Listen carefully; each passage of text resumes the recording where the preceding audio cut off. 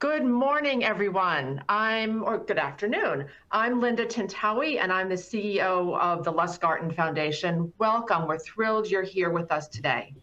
We know research is fundamental to transforming pancreatic cancer into a curable disease. We created LustgartenLIVE to help our community better understand the science you are helping to fund and why our approach is important and unique. We are really looking forward to today's program, and our next LustgartenLIVE will be on Wednesday, September 22nd, when we will be discussing our clinical trials. We'll be featuring Dr. Liz Jaffe, Lustgarten's Chief Medical Advisor and Director of the Lustgarten Foundation's Clinical Accelerator Initiative, and also featuring Dr. Brian Wolpin, Director of the Lustgarten Foundation Dedicated Pancreatic Cancer Research Lab at Dana-Farber. You can register at lustgarten.org/live. A few housekeeping items. We'll have 15 minutes at the end of this presentation for Q&A. You can enter your question in the Q&A widget box, which is located on the lower left of your screen. If we don't get to your question, we'll try to cover it on the blog, which we'll be posting early next week. Please join us on our social media platforms. We will be live tweeting this presentation, and you can follow along or check the feed later. It's at Lustgarten Foundation, so Lustgarten FDN. And if you're posting on Facebook, Instagram, Twitter, LinkedIn, or YouTube, be sure to tag us at Lustgarten FDN and use the hashtags LustgartenLIVE, hashtag research is fundamental, hashtag pancreatic cancer. So glad you're here, and it's time to introduce and thank our sponsors. So we'd like to recognize our sponsors, Ipsen and Northwell Health, for their support of today's LustgartenLIVE webinar. Joining us today from Ipsen is Zemin Zhao, Director for Oncology R&D at Ipsen. Welcome. Nice to see you. Thank you for the introduction, Linda. As you just mentioned, I work on the R&D side in Ipsen, and I'm the medical monitor for a randomized phase 3 study in metastatic pancreatic cancer, namely the Napoli-3 study. Some of you might be aware of this study. The Napoli-3 study is one of the examples of Ipsen's dedication to develop effective medicine for pancreatic cancer because patients can't wait. Ipsen is fully committed to pancreatic cancer patients and the great pancreatic cancer community. We really appreciate the opportunity to sponsor the LustgartenLIVE series of research webinars, and we're proud of our Ipsen Lustgarten Foundation collaboration. Our partnership and the collaboration with the foundation is key, and ultimately, we both aim to support pancreatic cancer patients, their caregivers, and this vibrant patient community. This is an exciting time to be part of the discussion about personalized medicine and how you will help patients identify the right treatment plan. Thank you for joining LustgartenLIVE today. I know you share my excitement in hearing from Dr. Tuveson, and we wish the webinar a great success. Thank you, Zemin. And now we have a special message from Dr. Richard Barakat. Dr. Barakat is Physician-in-Chief and Director of Cancer at the Northwell Health Cancer Institute.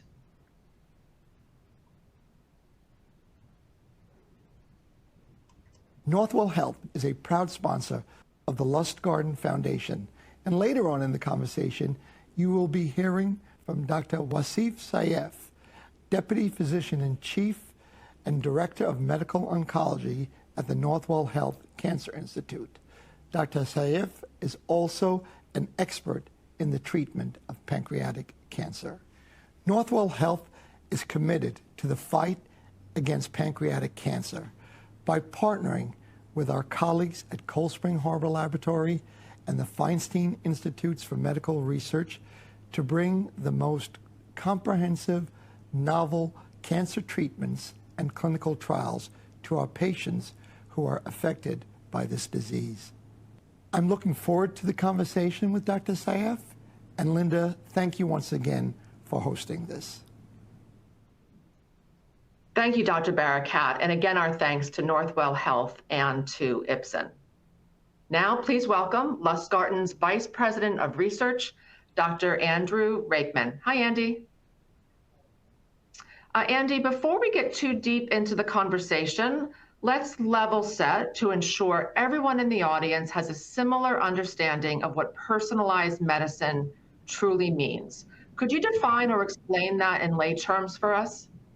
Yeah, great place to start, Linda. And personalized medicine is exactly what it sounds like. It's getting the treatments and the therapeutic approaches that are right for that patient at that time, sort of matching what treatments with the stage of disease, with the time of diagnosis, and with the features of that tumor. Really matching the right treatment and the right patient at the right time. And, you know, a lot of people might think this is not a new concept to medicine. It's something I think we all hope our doctors are thinking about, of trying to get the right treatments for us when we show up. But I think what you'll hear about today is what's really revolutionizing this and is bringing us from not only just personalized medicine, but into what people call precision medicine, is the new technologies that we're able to bring to bear to really understand the biology of a disease and the real specific biology of a patient's own tumor and a patient's own disease that's going to help us to guide even more specific treatments for a patient. So it really is a revolution happening right now that's enabling us to be much more specific in the kinds of decisions that we're going to be able to make in the future. Thanks, Andy. You know, one of the reasons we're discussing personalized medicine today as part of our LustgartenLIVE series is because it is part of our research strategy. So we know research is fundamental to transforming pancreatic cancer into a curable disease, and we're proud that 100% of our funding funds pancreatic cancer research. So I think it would be helpful for our audience to understand the strategy behind our approach to research funding. So if we could talk about that for just a minute. Yeah, exactly, Linda. I think none of the research that we fund or that we support exists in a vacuum, and it all supports each other. And for those that have been engaged with the foundation for a long time, know that the strategy that we've taken has evolved over time. About 22 years ago, when the foundation just started, a lot of our effort went into just building up the community and really building out some understanding of the disease, which was vastly understudied, and there wasn't enough people working in the field. Now we're at a point where we've learned so much about the biology of pancreatic cancer that we can start to apply those to the needs of the patients today. And that's what really builds out the three pillars of our research strategy, one of which is personalized medicine. That's learning about a patient's own biology to learn how to treat them in the most effective and the safest way. But it also ties into developing new drugs and new treatments for pancreatic cancer, and our efforts around developing new therapies. So if we want to really hit a world where we have personalized medicines, we need more choices on the menu or tools in the toolbox for folks to reach into. So we have a big effort around new therapies for pancreatic cancer. And another big hurdle that is not unique, but certainly limiting in pancreatic cancer is it's often diagnosed way too late. So the third leg of our research strategy is around getting to tools to enable earlier diagnosis of pancreatic cancer. So if we can find people at those earliest stages where it's easiest to treat, we'll be able to tap into that toolbox more deeply and have more effective approaches for patients. So again, three pillars that support this idea that really build on the foundational understanding of the biology of the disease and tying that with the needs of the patients today, and how are we going to transform this into a curable disease tomorrow. Thanks, Andy. I'm so excited about all three pillars, but what I'm most excited about is that we are now moving so much of our early research right into the clinic.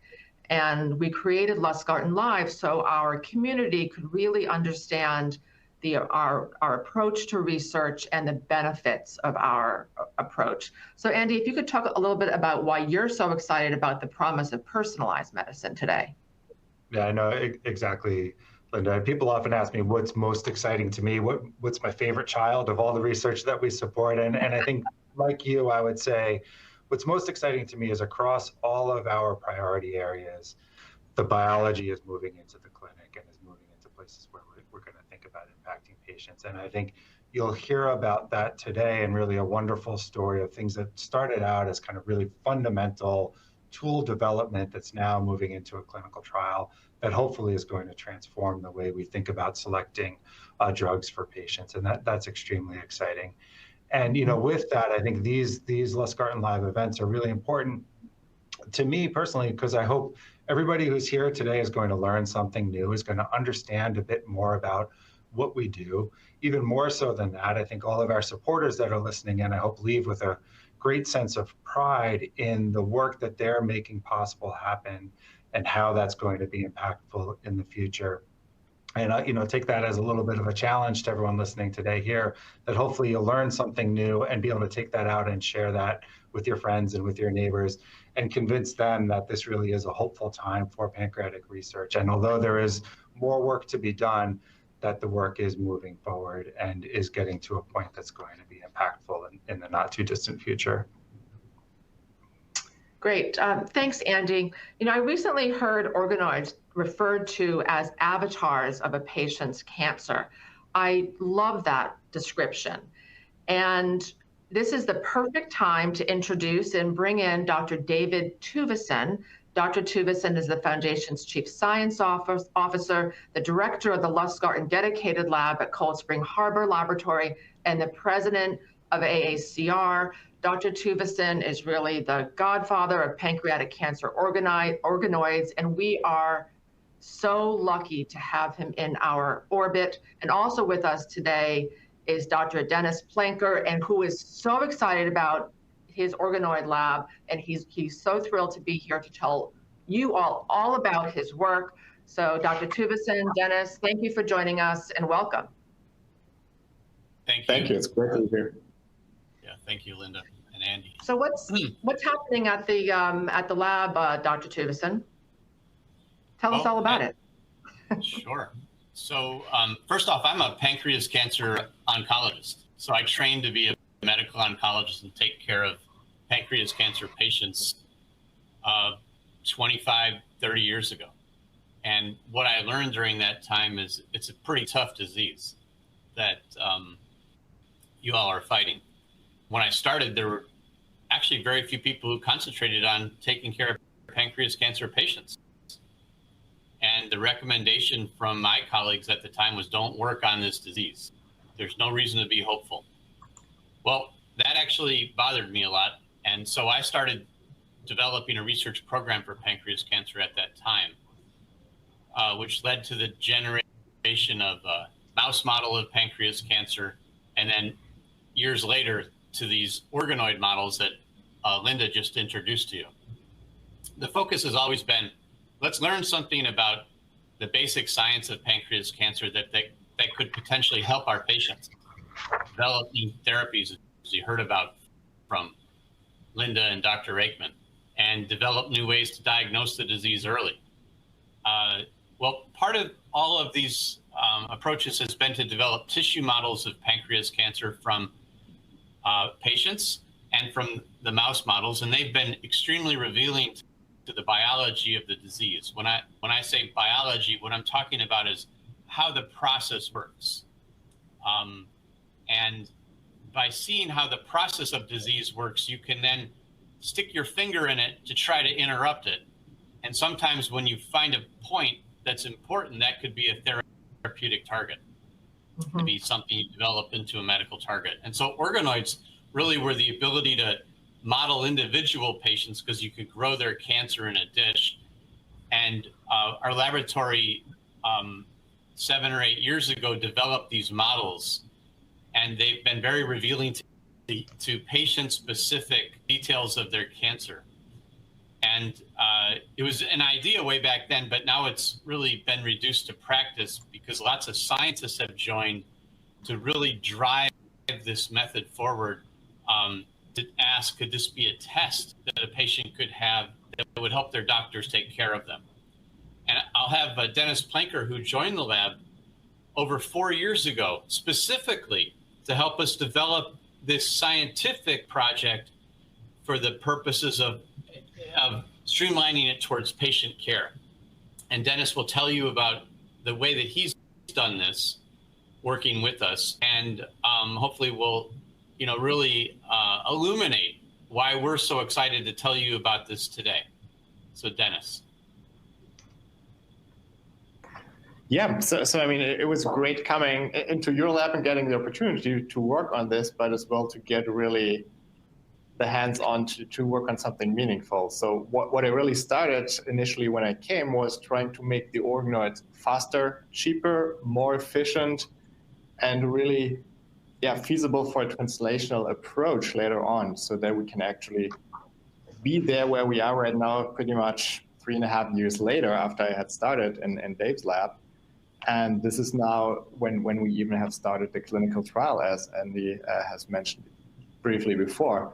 And we're now in a space where we can really test a lot of therapies on these patient avatars. And we can now see in a phenotypic assay, we can just observe how do these patient avatars react and respond to the therapies, so that we are really making progress on the biology and the understanding, and on finding really better and more efficient treatments. And the other part of it is that we really right now have only one shot on the goal to find the best treatment for the first-line therapy. So if the organoids can really work faster, similar to a 1 or 3 week test, then we really can influence patient care very efficiently. Thanks, Dennis. I was lucky and very honored to have a chance to meet with you and see the lab and meet some of the team a few weeks ago. And we have a video of you and your team in the lab that we're happy to share with you right now.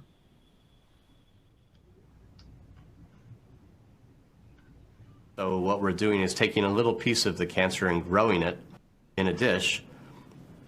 We grow it in a structure called an organoid, which means organ-like. It's a little ball of cells. It grows very quickly. And then with these little balls of cells, we test therapies. We were trying to identify the penicillin for that patient's pancreatic cancer. So we've done the research on this that's been supported by the Lustgarten Foundation here at Cold Spring Harbor over the past 7 years. And we have found several startling things. We think we are able now to identify what's the best chemotherapy to give a patient with pancreatic cancer, and what's the wrong chemotherapy. And this is important because patients are just treated and then we hope for the best. It would be better if we treated the patient based on what their tumor tells us is the right treatment. And with the support of the Lustgarten Foundation, here at Cold Spring Harbor, we've been able to build the organoid system into a method which is very robust and very rapid. We get the tissue from the hospital, we grow the sample. Within a week, we can see if we're successful, and within several days, we can test that sample with drugs. This trial will prove or disprove that our first experiments were correct. And if it's correct, we hope this is how all patients are treated, so that they're treated as an individual using medical information that the doctors have, using scientific information that we'll get from the organoids, put it together to come up with the right combination strategy for a patient with pancreatic cancer. And by doing so, I think we're going to help all kinds of people. So patient goes to the doctor, they have a lump, we don't know what's wrong, we get a biopsy, the pathologist tells us if it's cancer, the scientists tell us this is what the organoid shows. It's a cancer from the pancreas, and it responds to this medicine, but not that medicine. Very similar, again, to how people are treated for infections today. We want to know what it is, but mostly we want to know how to treat it. This personalized method using organoids should lead to many more responses, many more lives extended, if not lives saved. The Lustgarten Foundation, we've gone from a small organization of over 20 years ago to one that has had the biggest impact of any organization against this disease, because we have funded the fundamental science that has led us to new medical treatments for this illness. That's why supporting the research for pancreas cancer is probably the best way that anybody can have an impact on this terrible disease.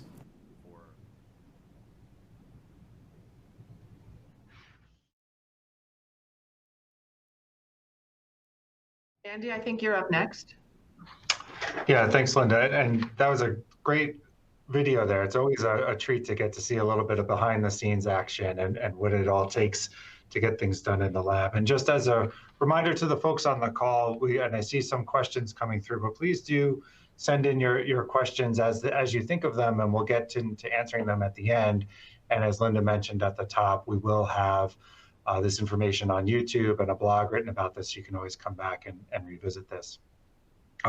One thing that struck me in that video, Dave, as you're talking through that and you say, oh, 7 years and we did this, and almost this flip comment of if it was sort of a predetermined outcome that we were going to have this system in place and being able to apply it. But I know there was a lot of, blood, sweat, tears, heartache, hard work, long hours that went in to get us to the point that we are now. So maybe could you rewind a little bit, maybe give us a little bit of a color about, what did it take to get to this point? What kind of research and what kind of support did you get in the early stages? I mean, how was this received when you first proposed this concept that sounds a little bit like science fiction when you talk about it? This method of preparing these organoid cultures from tissue was invented by a scientist in Holland named Hans Clevers. And I got to know Hans when the laboratory was based in the United Kingdom. And we got to talking about applying his method to pancreas cancer. And he was willing to help us give it a go, as it were, when we moved to Cold Spring Harbor. And so when I came to Cold Spring Harbor, it was an idea, but it wasn't the projects which the Lustgarten-Foundation had known about at the time. And so you're right in saying that it was a reach and not a given that it would work at all. But we held a meeting back in 2012 to discuss this as a possibility. And at the time, the foundation was interested in supporting our early investigations into this. It did take some trial and error, as you alluded to. That's true of really all research. It's not, like opening a cookbook. It's more like creating a recipe from first principles. And so you have to be willing to try things that have a high risk for not working at all. Fortunately, at the time, I had a laboratory full of terrific scientists like Dennis, but a wave of people before him. And they were extremely creative and rigorous. And the early indications is we could grow them. And so then the foundation, to a great attribution to the foundation, they said, work harder on this. Stop all that other stuff. Focus. This could help patients tomorrow. Now, when you're a research scientist, you have a lot of things going on. You're inventing all kinds of things. You have people who come to your laboratory to study different aspects of pancreatic cancer. It's not very often that you act like a startup company and say, pool everybody into a conference room and say, let's work together to make this happen as quickly as possible. But that's what we did. And so I saw really for the first time a group of 15 people coming together to push this method forward as quickly as possible. And that led to our first manuscript on the topic in 2015, and then led us to develop the human organoid program at a much higher level, due to really the support and the managerial oversight of the foundation. And so, as was said earlier in this script, the Lustgarten Foundation puts every dime it raises into research. It doesn't waste it on other things. And unfortunately, that's the case for almost all foundations I know of. You have to pay for your infrastructure, for example, and everything else. The Lustgarten Foundation said they wanted to put more dimes into organoid work, and they wanted me to reorganize my laboratory to do so. And the only way to do something like that was to take that enthusiasm from the foundation and to work with my institution, Cold Spring Harbor, to actually create an organoid separate facility, the one you showed the nice video of, and to recruit in people who could just run that facility. And that's Dr. Planker. And so I gave a lecture at the American Association for Cancer Research annual meeting and challenged the audience to come up with a way to make organoids faster, more effectively, such so that we could actually give the information back to the treating doctor. And Dennis came up afterwards and said, "Sign me up."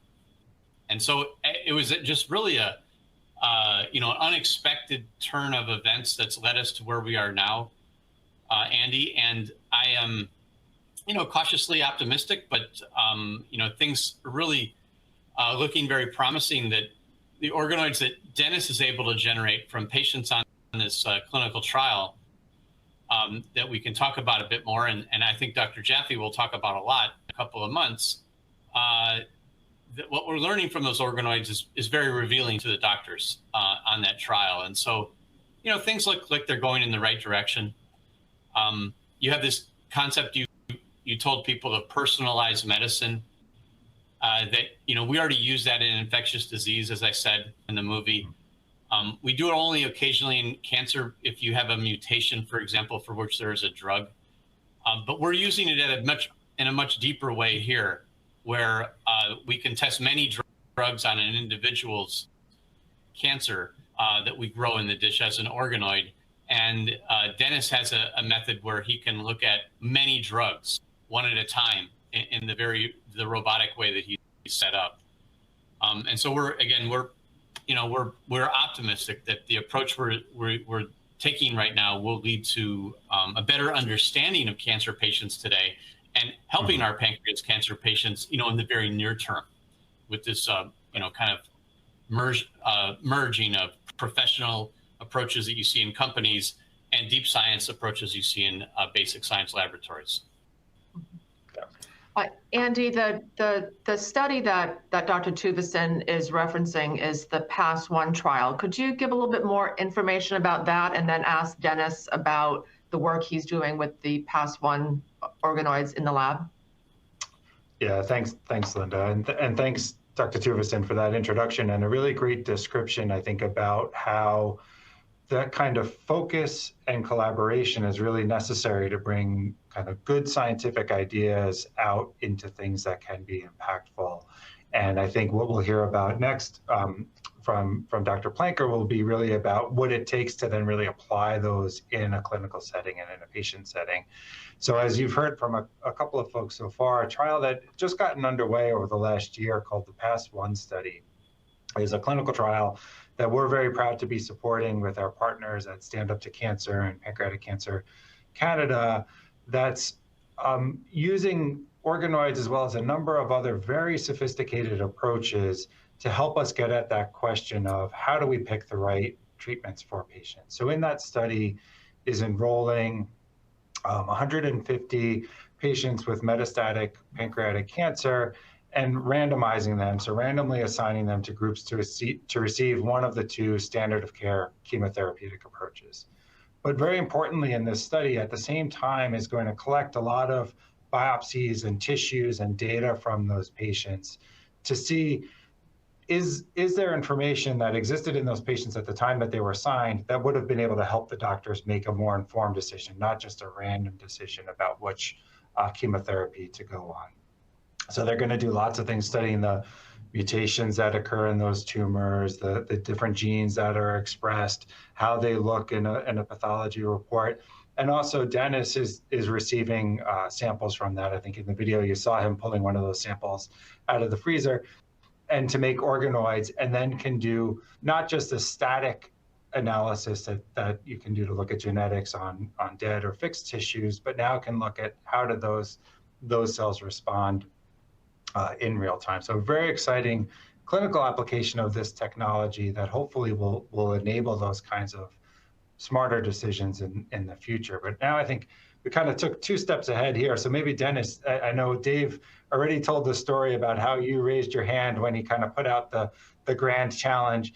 So maybe you can talk about, how much work has it taken to get this organoids and this process to the point where we can even think about applying them to clinical tissue, what the importance of setting up this separate facility, and what are all the different things that you're going to do with these samples that are coming out of the PASS-1 study, and how do you interact back with the clinicians in that study?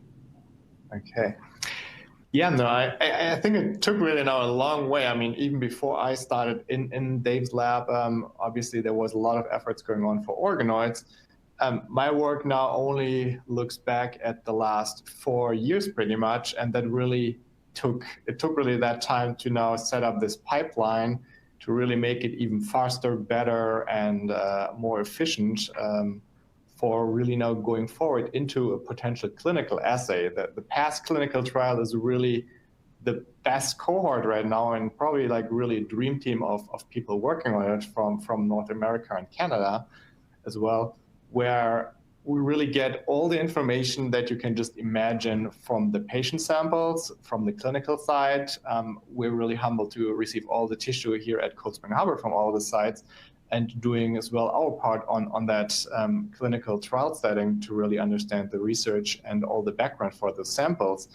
I think what's striking right now is we suddenly see a lot of samples, a lot of genomic information that we did not expect. We get the best characterization of organoids or patient samples that we can now grow and even build this patient avatar even for the future, because we can just culture it unlimited inside the lab and learn from it.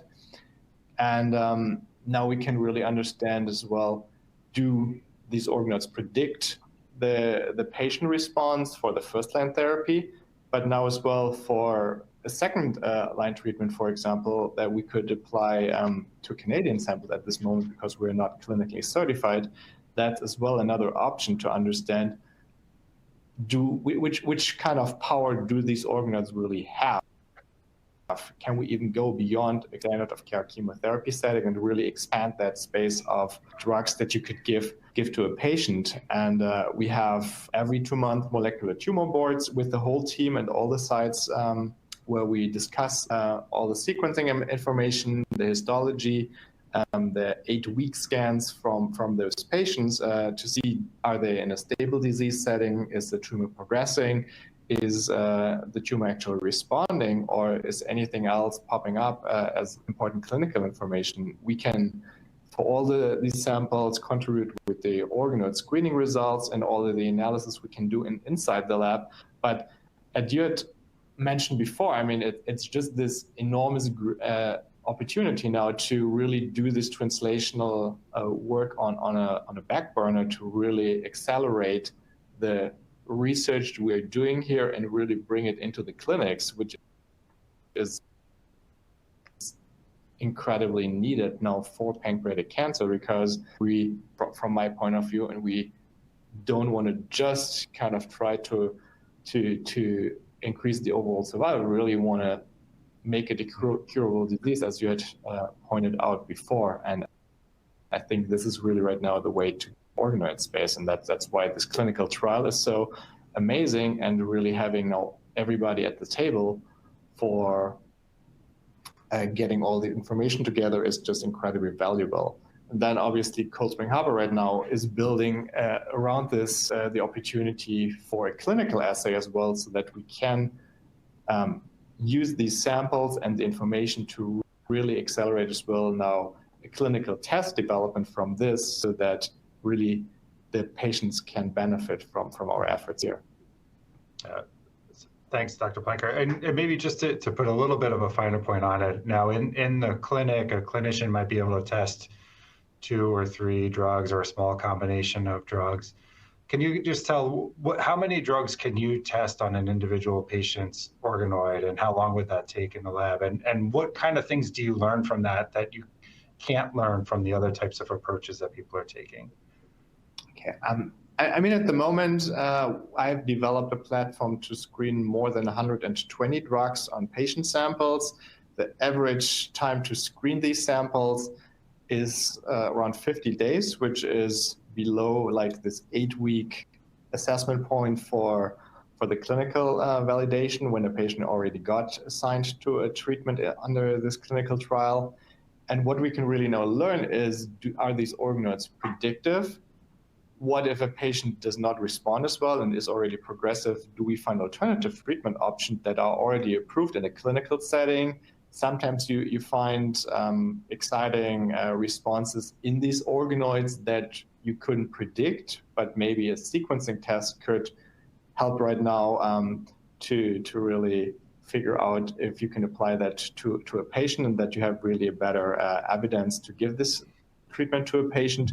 So you suddenly make the space a lot bigger for potential treatment options, and at the same time you can just confirm or see if the organoids are really predictive in this patient space. And right now, this is kind of why we have entered the trial. It looked very promising before, and I would say at the start right now of this clinical trial, it still really looks very promising on our end. Yeah, and going back to what I know Dr. Tuveson said early on about the collaboration he fostered in his own lab to advance this technology, I think the PASS-1 study is a great example of collaboration too, right? With across a number of different institutions, a number of different expertise, and the same samples from the same patients being applied in your technology, as well as other sequencing technologies and new approaches to do the histopathology. And as you referenced, these tumor boards that are getting together to discuss. And are you finding that each of those different approaches really are bringing in different types of information for us to better understand each of those individual patients?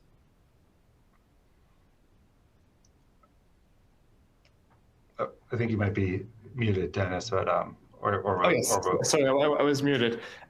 No, it's really now it's a 360-degree picture now of these patients. We're not really limiting ourselves to a certain angle, but we really try to come up with a full picture.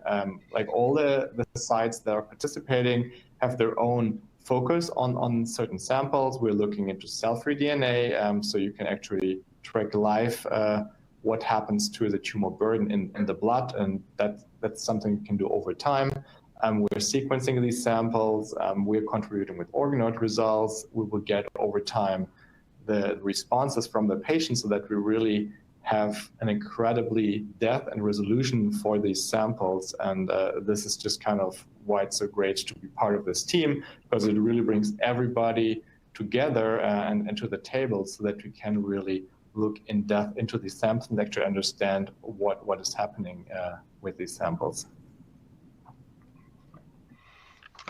Now, so Dr. Tuveson, coming back to you, I think one of the greatest analogies I've ever heard for how we need to think about science, it goes back to a quote from hockey of "you skate to where the puck's going, not to where the puck is." And I know you always typify that, Dr. Tuveson, of really thinking to the future and kind of what's next and really dreaming up. So where do you see this process going and how this is going to be applied? And what do you think is kind of the next big challenge that we need to take on to really realize the full potential of these technologies?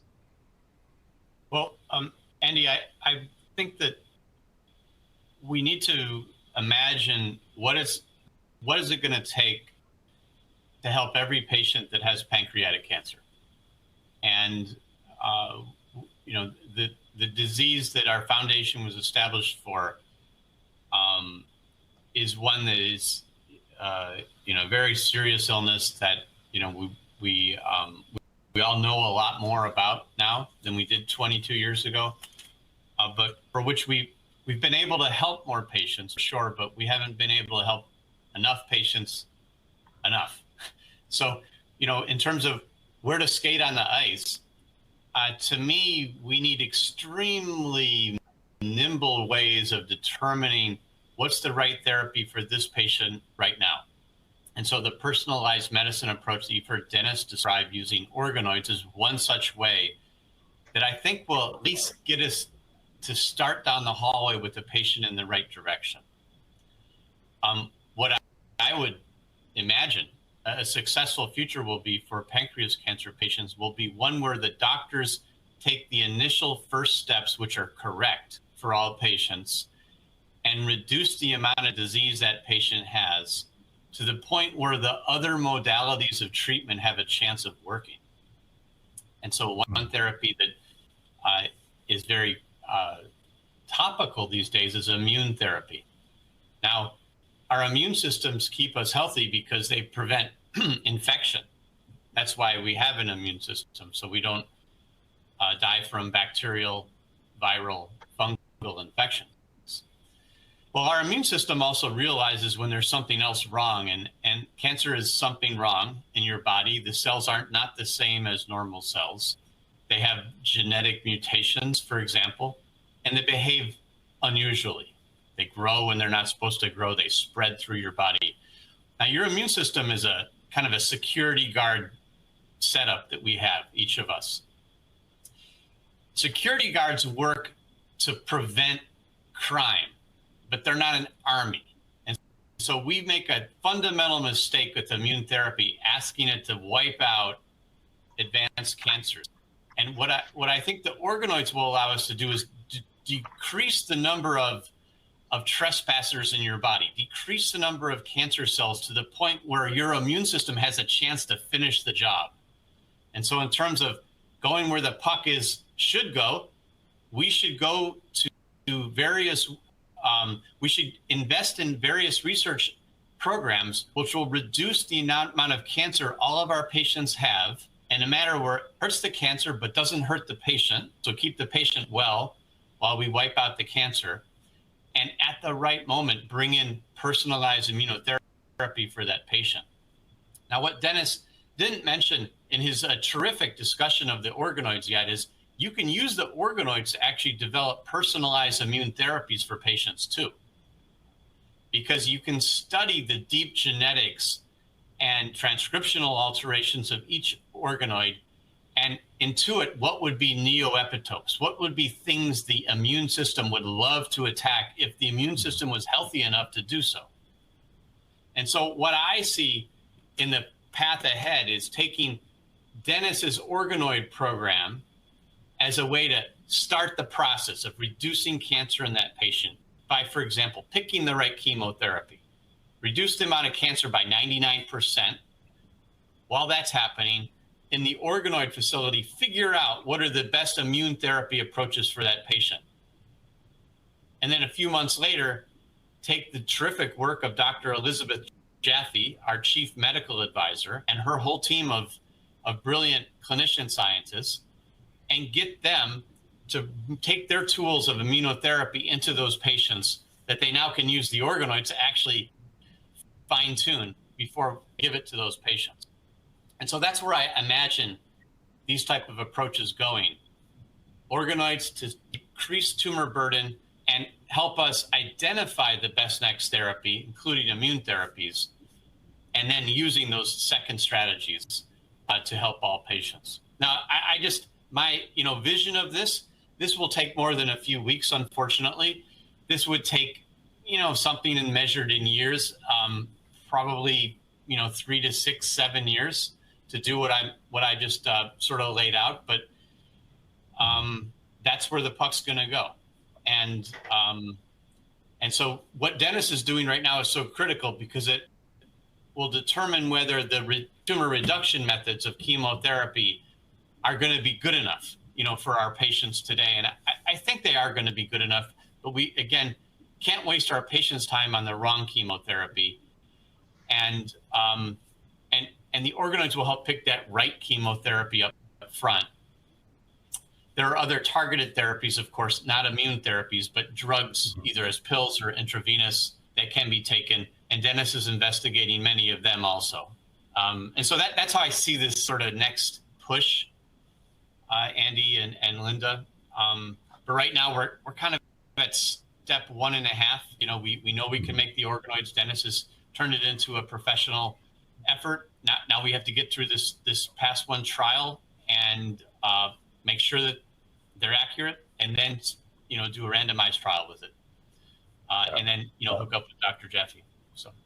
Yeah, no, thanks, Dave, and I'll turn it back to you in a second, Linda. But I think one of the things I just want to underscore or underline that you said, Dave, is this: we often think of science moving in a very linear direction, and you discover something in the lab and you move it to the clinic, and then it gets to patients. But what I really love about this PASS 1 study and the whole process you just described, Dave, is it's not just a handoff, but it's a continuing conversation, right? And it's a continuing of working of the information that we learn in the clinic, feeding back into the lab to do better, and that continuous improvement moving forward that's going to help us to continue to make progress down the line and do better and better in each different iteration. And I think that's having that partnership, that close partnership between the research labs and the clinical research and the clinical application is really ultimately going to be determinative of how successful we can be in the future. And what I hear is hope.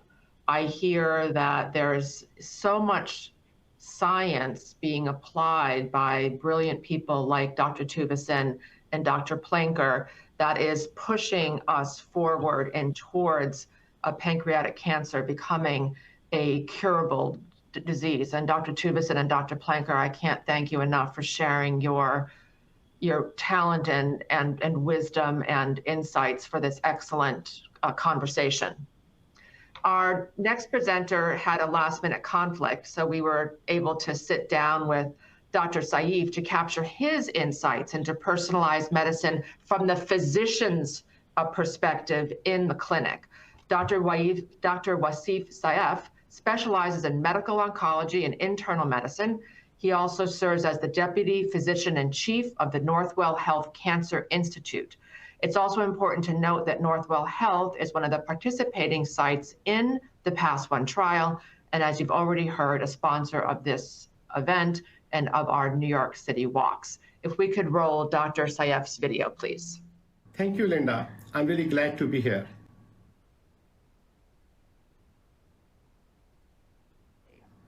As you know, that pancreatic cancer has been like a black box. And luckily, over the last 10 years, we started learning not only about pancreatic cancer, but the biology of the pancreatic cancer, the surroundings around the cancer within the body, as well as about the patients. And now we're learning that there are certain genetic pathways or certain abnormalities which can really guide us to tailor therapy to those patients. One of such examples is the breast cancer gene BRCA1 and BRCA2. And as you know, a study was conducted using a PARP inhibitor shown benefit to those patients who received that drug when they received a platinum-based therapy as a first line. So definitely we're moving in the right direction. As you know, that progress is making big leap in that direction. We're learning about some other pathways such as MSI high. Those patients can really receive immunotherapy and have the benefit. So the field is moving in the right direction. You may argue that the speed is not very fast, but you also have to understand that we really don't have a huge interval period to really learn about these patients, because the survival of pancreatic cancer remains to be relatively short or shorter compared to other cancers. So definitely the period that we get a chance to treat these patients and learn about them and learn about their cancer is relatively shorter. But my hope is that with the combined effort of basic scientists and clinicians, as a multimodality, we are going to make a big difference moving forward in this field. There is no question that we have more active agents. When I talk to my fellows or when I'm talking to a patient who already have a lot of understanding, I always tell them that when you go to a restaurant and you're very selective or picky, like me, if you have more things in the menu, it allows you to have more choices. There is no question that not only we have more drugs which are found to be effective in pancreatic cancer, but there also combination of them seems to be driving patient toward a better survival. So there is no question that what we had 10 years ago, a gemcitabine as the only backbone, the only drug for pancreatic cancer, which we fought with many other drugs to combine with or fight against gemcitabine, and we were not able to make any progress. Now we can really say that now we have active regimens such as FOLFIRINOX, which is a non-gemcitabine containing regimen, which initially shown to have benefit in metastatic disease, and now is showing us the benefit in the resected patient in the adjuvant setting. And now we're trying to utilize this regimen in a new adjuvant setting where we are trying to really give before surgery, particularly in the patients who are borderline, who are not readily resectable, and we believe that by giving them therapy, we can shrink the tumor and take them to the OR. Similarly, older drugs with a newer formulation. The two examples, one is nab-paclitaxel. Historically, when Taxol was tested in pancreatic cancer, we did not see any encouraging results. But when we use the nab-paclitaxel, which is a human albumin-bound Taxol, we believe that the combination of that drug with gemcitabine has improved the survival and shown in the clinical trial. Another drug called Organoid, which is a liposome irinotecan, the same drug that we have tested in pancreatic cancer historically and did not show the benefit, and similar form of drug in different other versions has shown benefit in colon cancer and many others. So there is no question that not only new drugs that proved to be beneficial in pancreatic cancer, but also the new formulations of older drugs really has shown that the combination or those drugs seem to be beneficial, whether they're impacting directly on the cancer cell or whether they're trying to really help to enter the cancer cells by impacting on the surrounding of the cancer, what we call the stroma. So I think there's no question that, that what we are able to do now compared to 10 years is much more encouraging and definitely satisfying, but we are not done yet. Listen, I'm so excited to be one of the PIs for this clinical trial. This is, as you know, is an international study open in Canada and USA. Why I'm so excited? It is a very simple concept, but not easily achievable. As you know that if you have a sore throat multiple times, then you get a culture for your sputum, and they find to know that which antibiotic seems to be resistant, which one is sensitive. The good part is that here, what we're trying to do, that we're going to take the tumor cells out and try to really develop into a petri dish into a small 3-dimensional tumorlet. That tumorlet is going to be helping us out to test the sensitivity of different drugs. I think this is so exciting. Like, this is what we were hoping to achieve for so many years, and now this is going to be happening. So my feeling, I think, is that this is not only exciting to me as a researcher, I think it is very exciting for the patients, because it will really guide us through the next therapies that may be effective to the patient. And there are two implications for that one. First of all, efficacy. Second thing I mentioned earlier, time is really important because we're dealing with pancreatic cancer, which still has relatively a shorter duration of survival with us. So we don't have too much time to play with things. And the third thing is that giving a drug that will not have benefit to the patient but cause side effects, we can also prevent that part. So I think it is really a comprehensive approach, in my opinion, that I always say that I don't treat cancer, I treat cancer patients. I think it allows me to learn about the cancer, but also allow me to manage the patient better. Lung cancer used to have a very similar outcome historically like pancreatic cancer, but now we can identify certain abnormalities in the pathways of the genes and other mutations which allow us to give people a targeted therapy, and then people really have great response and they live longer, and also they have better quality of life because they don't have to be on chemotherapy for a long duration with cumulative toxicity. So I think that's what I'm hoping, that pathway we're going to follow in pancreatic cancer, God willing, and we will reach that thing. That's number one. Second part is that, we need to make sure that instead of me doing one clinical trial and you are doing one clinical trial and the third institution is doing clinical trial, we need to combine our efforts, because end of the day, we need to really answer big questions in a big study, and not only just small answer the different parts which don't even talk to each other. So I think we really need to think about doing a comprehensive manner, just like the way this PASO1 study, which is going to be open at multiple institutions with multiple brains, multiple efforts and patients all across. I think we need to really combine our efforts, because that will really be more fruitful because we learn more about it. The third thing is that, specimen collection. When I was at NCI, we always used to say this thing, tissue is the issue. We need to know the tissue because we need to learn about the tumor and the tumor's behavior and the surroundings of the tumor. I think we talked about it. I still think even at this stage, it's still very difficult to collect tumor specimens in these patients. I think tumor specimen is one part, the blood, the urine, whatever we can collect, we need to learn about these things, because we need to learn about that why these patients do better versus the other patients don't do very well. So I think that's definitely an important part. And last but not the least, I believe that we have more awareness now, but I still think that cancer treatment is not only chemotherapy or radiation therapy or surgery. It is also supportive oncology, palliative oncology. In my personal belief and practice, I believe that the day you talk to a patient about chemotherapy, the day you talk to a patient about supportive and palliative care, because these are the patients who seem to derive the most benefit in terms of quality of life. It's not unusual, but keep in mind, that, it's unusual in the sense because this is the first study which is really built on the organoid. But it is also unusual in the sense that multiple major institutions are all trying to work together and trying to look at what other things we can learn about.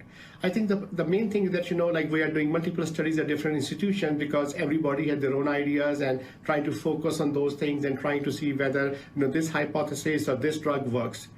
The unusual part about this thing is that because everybody who believes that we need to focus and work together on this part because this project is so important.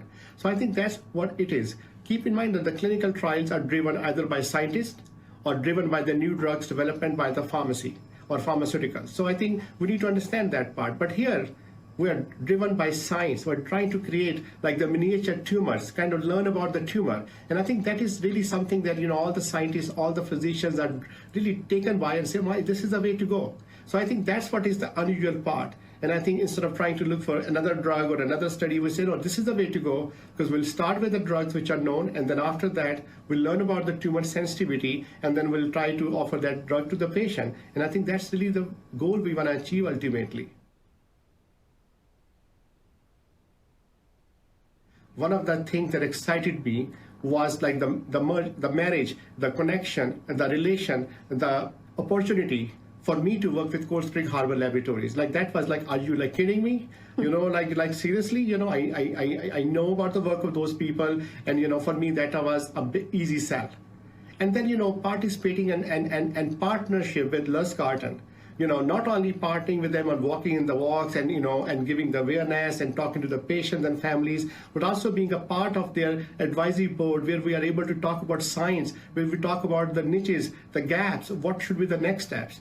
I think this is stimulating. You have to understand that, being a physician and a scientist, these are the things that give me much more happiness than giving me anything else. I think this is what makes me who I am. Because you have to understand the way I look at these things are very different.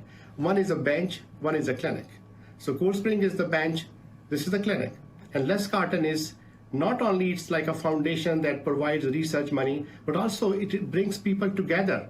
Not only the scientists, but patients, families, people who are high risk, who are able to connect with us, can talk to us, get something from us in terms of their questions, their fears, and that really kind of working with the community. So to me, like Lustgarten opened a bridge towards community, and I feel like, okay, now I'm a part of the community also, and part of the people who are afraid or who suffered. I can hold their hand and give them some reassurance or provide them the assurance that I will do everything I can do in my capacity. So I think this is, to me, is very rewarding. Thank you very much, Linda, for inviting me and the Northwell Health to be a part of this amazing journey.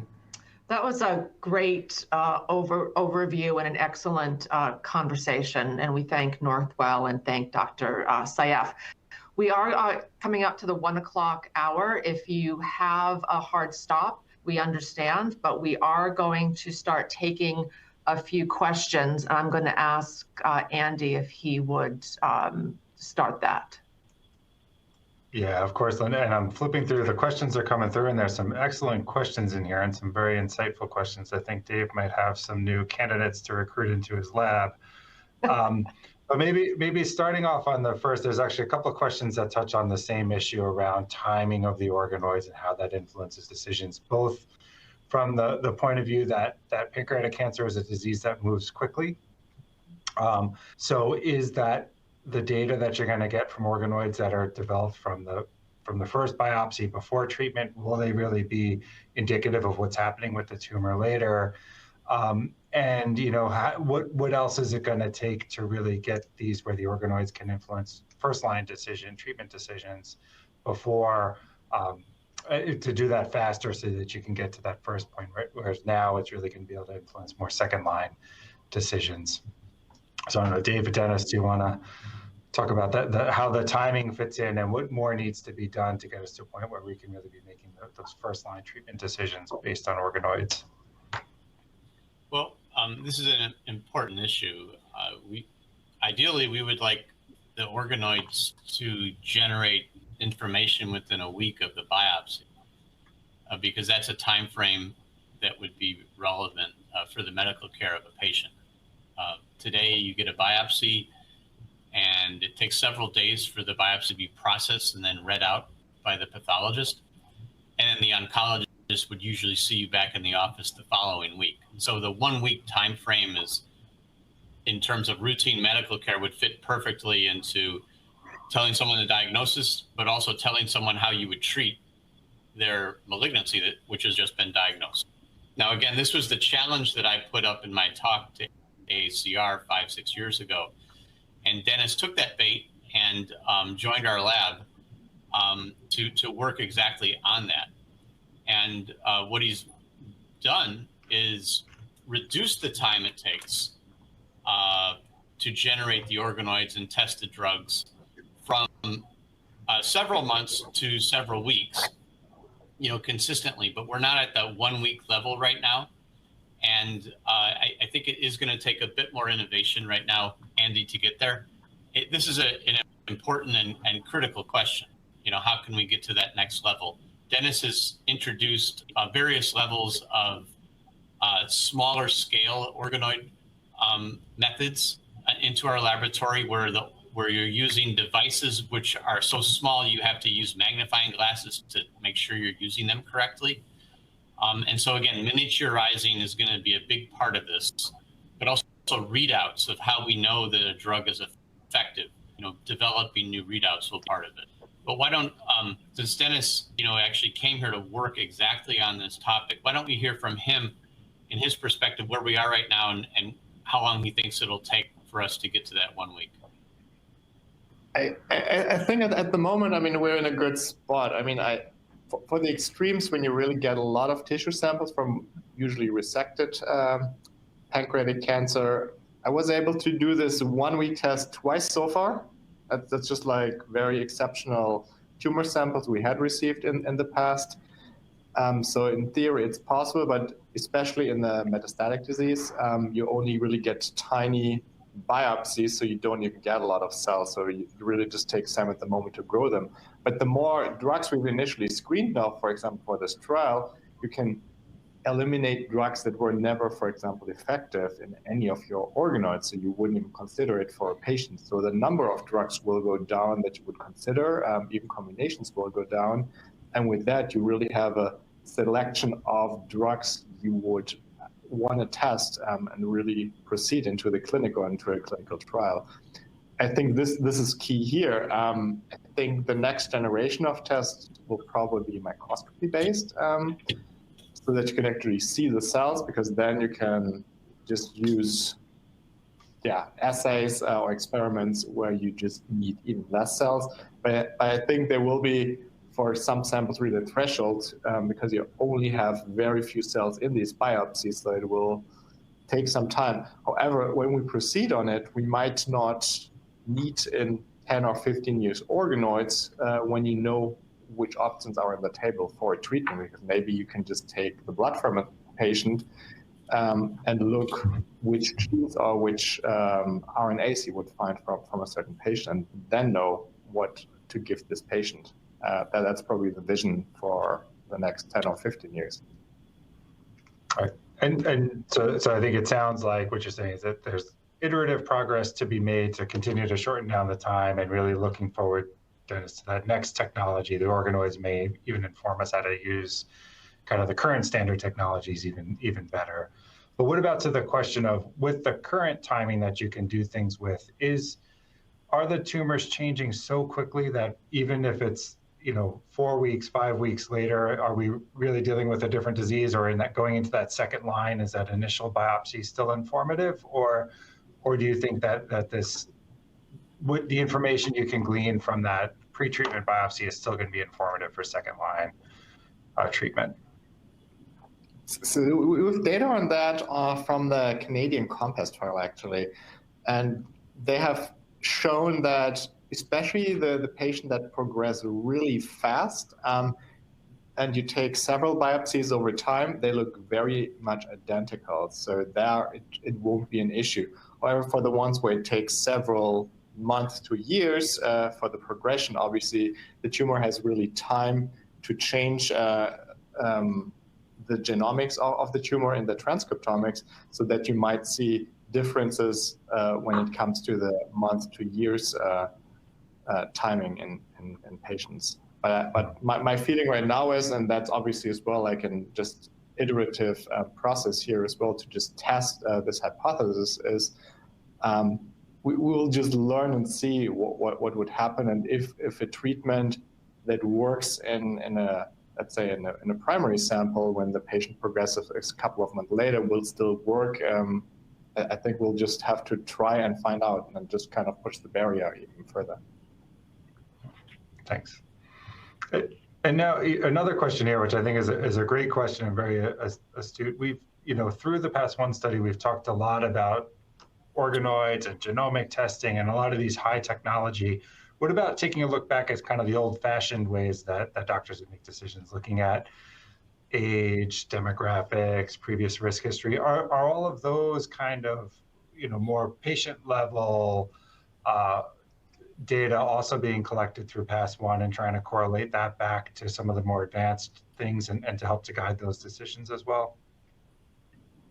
Yes, that's absolutely collected, and we even have now established with a 360-degree overview of patient samples. We're working on an AI approach within the team to really make most of the data and really to be able to predict even which therapy should work, just from all these data sets we have.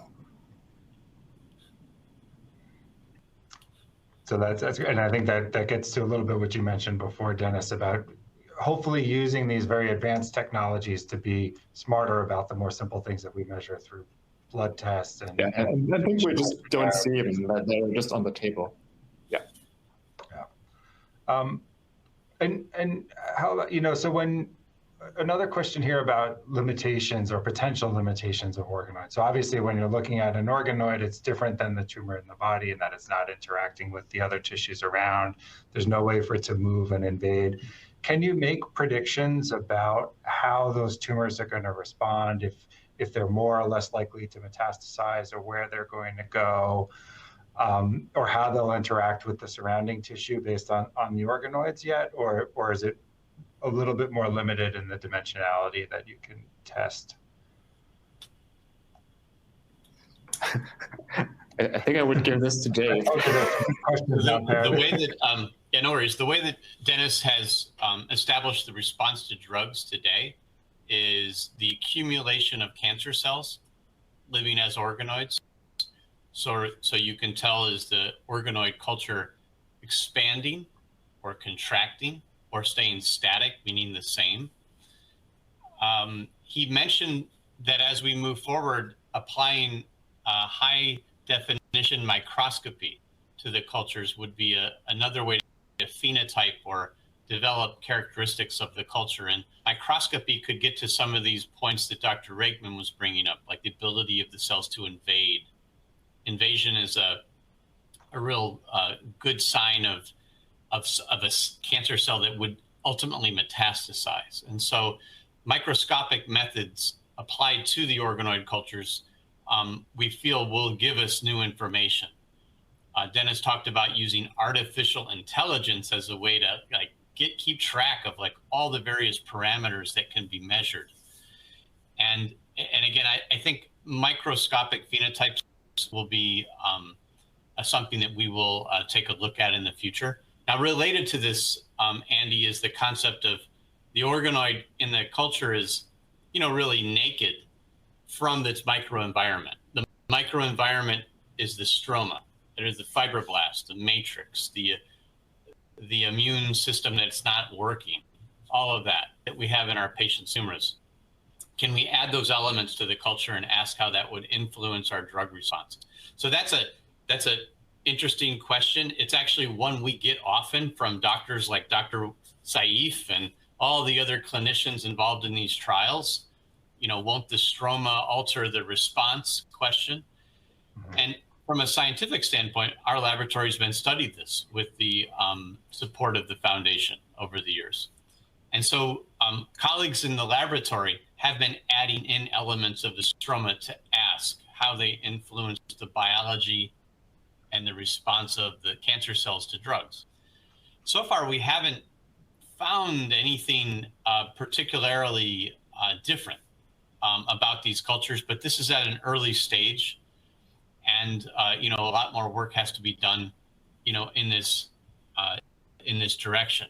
We do have a big program studying the fibroblasts of pancreas cancer that make the matrix, make the oatmeal, as it were, and the oatmeal cookie metaphor that I've used many times in the past to describe what a pancreas tumor looks like. We think the fibroblasts work in concert with the cancer cells to make pancreas cancer a terrible disease. And so we are actually looking at this very carefully. And we may find, something from this effort, and maybe we'll even find personalized signals of some sort. Right now, we're just looking for general patterns. But this is a good question, to come from an audience, an informed audience, as it were, about this.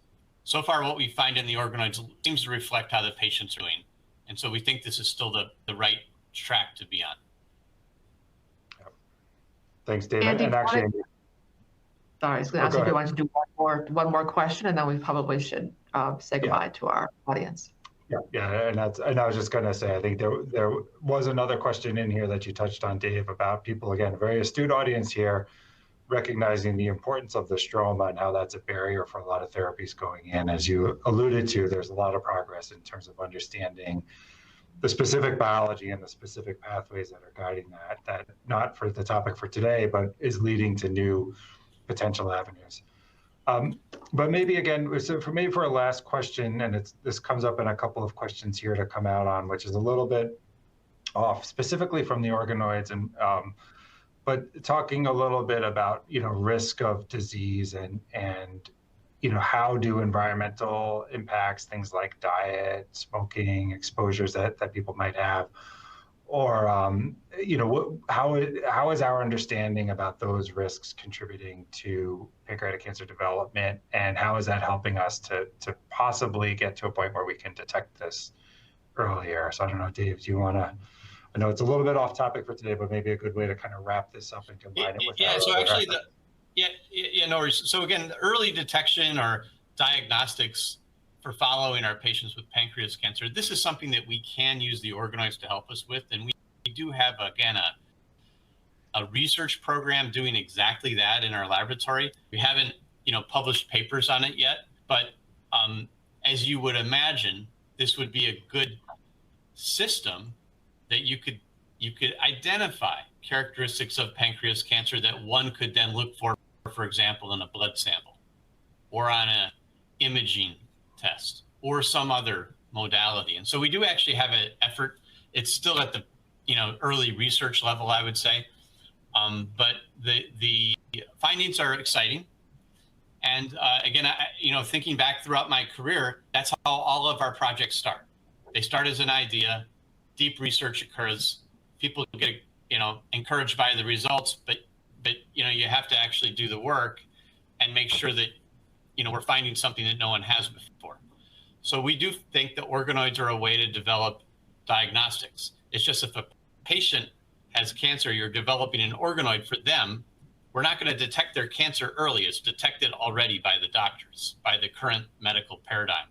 However, we may be able to develop personalized diagnostics, meaning we can follow their cancer with that organoid.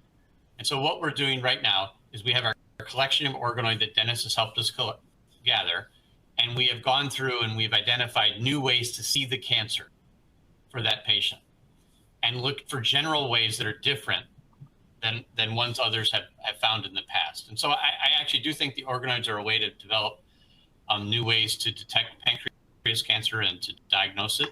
But that's a topic for a different webinar. And so I encourage you to go to the Lustgarten site here, where we're going to have our description of why we're so excited to do these kind of scientific projects, so we can reach in to the clinic and help Dr. Saif, help all of you, and help the other doctors do the same, so we can collectively get to where we're trying to go, which is that all patients with pancreas cancer can be helped by our efforts, and less patients will develop pancreas cancer through them.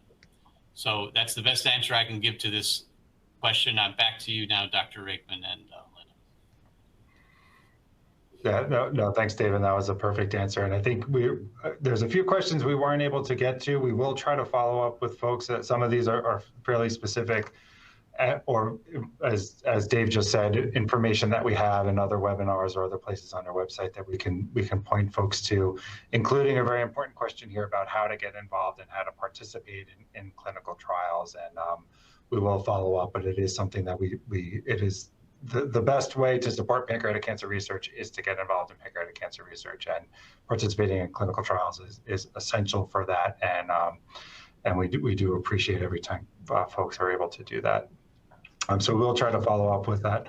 But with that, I think this was excellent. And I hope everyone took away from this a lot of specific information, but more so than that, the overall story that Dave just pointed out of research starts with an idea. There's a lot of work, a lot of dedication, a lot of collaboration that needs to happen to move that forward.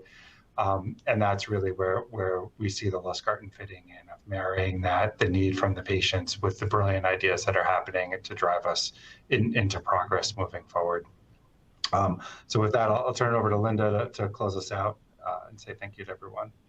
Well, Dr. Rakeman and Dr. Tuveson, you really ended with great information for all of us. And of course, thank you to Dr. Planker and to Dr. Saif.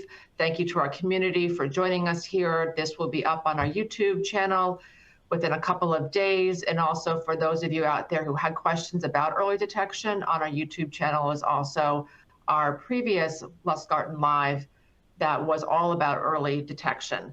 So again, thank you for joining us. Have a great rest of your day. Thanks again, Dr. Tuveson, Dr. Planker, and Dr. Rakeman, and we'll see you all September 22nd. Thanks, everybody. Bye. Bye, everyone. Bye, Dr. Tuveson. Bye, Dr. Planker. Everybody.